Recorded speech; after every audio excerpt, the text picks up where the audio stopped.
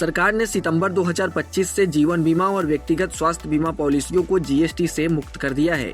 इससे ग्राहकों के लिए पॉलिसी सस्ती हो गई है, लेकिन बीमा कंपनियों को इनपुट टैक्स क्रेडिट का फायदा नहीं मिलने से उनके खर्च कुछ बढ़ गए हैं। हालांकि कंपनी का कहना है कि उसका कुल खर्च लगातार कम हो रहा है। जीएसटी का असर अब खर्चों में शामिल हो चुका है और खर्च नियंत्रण में है। जीएसटी छूट से बिक्री बढ़ने की उम्मीद है, जिससे नए बिजनेस से मुनाफा भी थोड़ा बेहतर हो सकता है। 31 सितंबर को खत्म 9 महीनों में कंपनी का कुल खर्च अनुपात घटकर 11.65% हो गया। इस दौरान नए कारोबार का मूल्य 28% बढ़कर 8,288 करोड़ पहुंच गया और मुनाफे का मार्जिन बढ़कर 18.8% हो गया।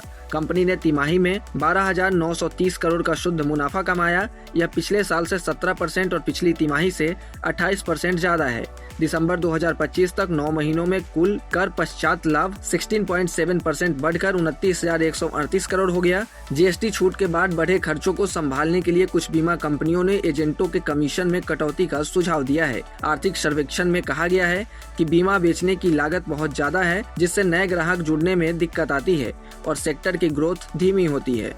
एलआईसी ने साफ कहा कि वह बीमा वितरण के लिए ओपन आर्किटेक्चर के पक्ष में नहीं है। कंपनी इस बात से खुश है कि नया बीमा कानून इससे अनिवार्य नहीं बनाता। एलआईसी के पास देश का सबसे बड़ा एजेंट नेटवर्क है, जिसमें 14.72 लाख एजेंट हैं। कंपनी का मानना है कि एजेंटों को कमीशन के आधार पर नहीं बल्कि ग्राहक के लिए सही पॉलिसी के आधार पर काम करना चाहिए। इसके साथ ही एलआईसी बैंक, बीमा और डिजिटल माध्यमों से भी बिक्री बढ़ाने पर काम कर रही है।